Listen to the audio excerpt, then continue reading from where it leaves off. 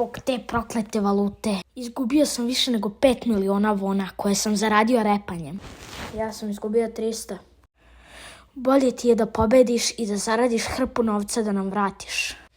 Shvata, možete sad ići, pokušavam jesti. Govno malo jedeš kao jebena svinja. Vrati to. Neću. Toliko želiš ovo da pojedeš. Thanos će te hraniti.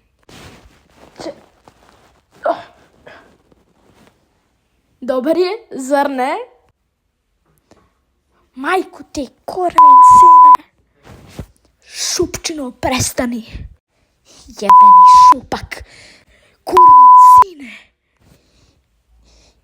Izgubio sam sav taj novac zbog tebe, gade. Govno jedosti mene. Kurvin sine. Hej, pomeri se. Budi zahvalan i jedi što ti daju. Dobro je biti mlad. Još imaju energije za to. Mogu bi nastradati, neko bi ih trebao zaustaviti. Znam. Ja?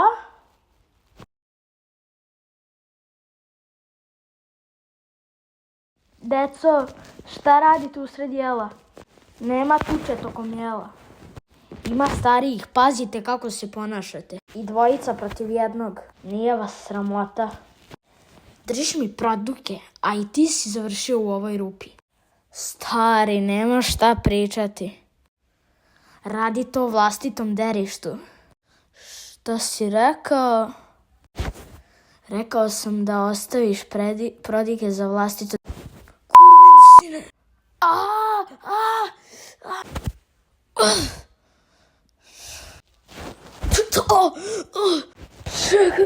Čekaj!